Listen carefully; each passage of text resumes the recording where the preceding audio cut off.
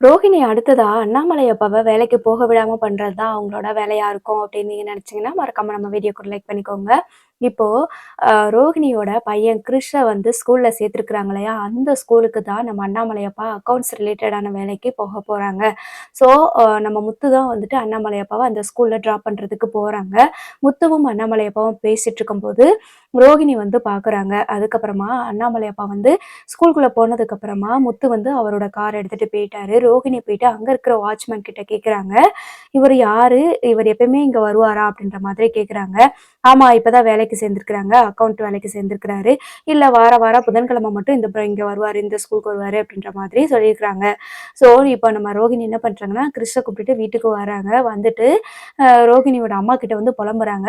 "எவ்வளவோ ஸ்கூல் இருக்குது. இங்க வந்து தான் வேலைக்கு சேரணுமா?" அப்படின்னு சொல்றாங்க. அதுக்கு லட்சுமி அம்மா சொல்றாங்க, "பாத்தியா விதி உன்னை எங்க போனாலும் உன்னைய சுத்தி சுத்தி விரட்டுது பாத்தியா? அதனால நீ உண்மைய சொல்லிரு. நாங்க அங்கேயாவது இருந்திருப்போம். அங்க இருந்து எங்கள கூட்டிட்டு வந்து இங்க வச்சுட்டு, இப்ப அவனுக்கு ஸ்கூலுக்கும் போக முடியாம படிக்கிற பையன வீட்ல வச்சுக்கிட்டு, இப்போ உன் மாமனார் தான் அங்க வேலைக்கு வராரு. நீ இனிமே என்ன பண்ணுவ? ஒரு நாள் இல்லனாலும் ஒரு நாள் கண்டிப்பா கிறிஸ் வந்து மாமனார் கண்ல படுறதுக்கு வாய்ப்பு இருக்குது. ஒரே ஸ்கூல்ல படிச்சுட்டு, அதே ஸ்கூல்ல அவர் வேலை பார்த்தாரு அப்டின்னா, கண்டிப்பா மாட்டிக்குவான்." அப்படின்ற மாதிரி லட்சுமி அம்மா சொல்றாங்க. "இதுக்கு ஒரே வழி நீ உண்மைய சொல்றது மட்டும் தான்." அப்படின்ற மாரி சொல்றாங்க. அதுக்கு ரோஹி இருந்துட்டு, "அதெல்லாம் முடியாது. நான் உண்மைய சொல்லிட்டு மொத்தமா அப்படியே உன் கூடயே இருந்துக்கிறேன் பரவாயில்லையா?" அப்படின்ற மாதிரி திட்டிட்டு வீட்டுக்கு போறாங்க. ஸோ வீட்டுக்கு போனதுமே மனோஜ் கிட்ட சொல்றாங்க, "அங்கிள் வேலைக்கு போயிட்டு வந்துட்டாங்களா?" அப்படின்னு சொல்லிட்டு, "இன்னைக்கு வேலைக்கு போனாங்களா?" அப்படின்ற மாதிரி கேட்குறாங்க. "ஆமா, உனக்கு எப்படி தெரியும்?" அப்படின்னு சொல்லி கேட்கும்போது தான், "இல்ல ஆன்டி சொல்லிட்டு இருந்தாங்க. அவங்க வேலைக்கு போறாரு அப்படின்னு சொல்லிட்டு. அதனால இன்னைக்கு போறாரா? அப்படின்னு சொல்லி போயிடுறாரா? அப்படின்னு சொல்லி மாரி கேட்கிறேன்." அப்படின்ற மாரி சொல்றாங்க. "ஆமா, அவரு போயிட்டு தான் வந்திருக்காரு." அப்படின்னு சொன்னாங்க. "நீ எதுக்கு வேலைக்கெல்லாம் அனுப்பி வைக்கிற? பாத்தியா நமக்கு எவ்வளோ ஒரு இன்சல்ட்டிங்கா இருக்கும் தெரியுமா? ஒரு ரிட்டயர்ட் ஆனதுக்கு அப்புறமும் ஒரு அக்கவுண்ட்ல போய் வேலை பார்க்குறாங்க. 3 பசங்க இருந்து என்ன பிரயோஜனம்?" அப்படின்ற மாதிரி தான் சொல்லுவாங்க. "பரசு அங்கிள்லாம் பாரு வீட்ல ரெஸ்ட் எடுத்து தானே இருக்கிறாரு. அதே மாதிரியே நீ பேசாம அங்கிள வீட்லயே இருக்க சொல்லலாம்ல." அப்படின்னு சொல்லி சொல்றாங்க. "அவங்களுக்கு தேவையானத நம்மளே குடுத்துடலாம்ல." அப்படின்னு சொல்லி சொல்றாங்க. "என்ன ரோகிணி நீ இப்படி பேசுற? நீ படிச்ச பொண்ணு நீயே இப்படி பேசலாமா?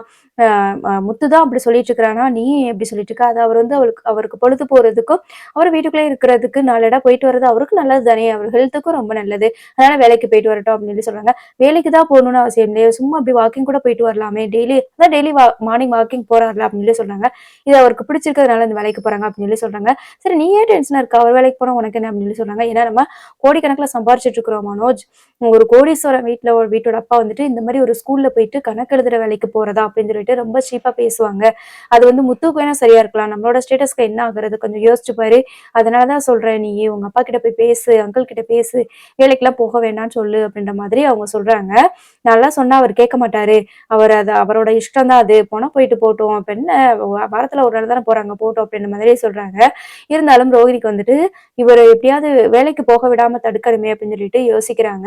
இதுக்கு என்ன பண்ணுவாங்க, ஒண்ணு அவரு கீழ விழுறது மாரி பண்ணுவாங்க. அப்படி இல்ல அப்படின்னா, ஏதாவது ஒரு பெரிய பிரச்சனை வந்துச்சுன்னா கண்டிப்பா அவரு போமாட்டாரு. அவருக்கு வந்து மென்டலி அப்செட் ஆயிருவாரு. அதனால அவரு போமாட்டாரு அப்படின்னு சொல்லிட்டு யோசிக்கிறாங்க.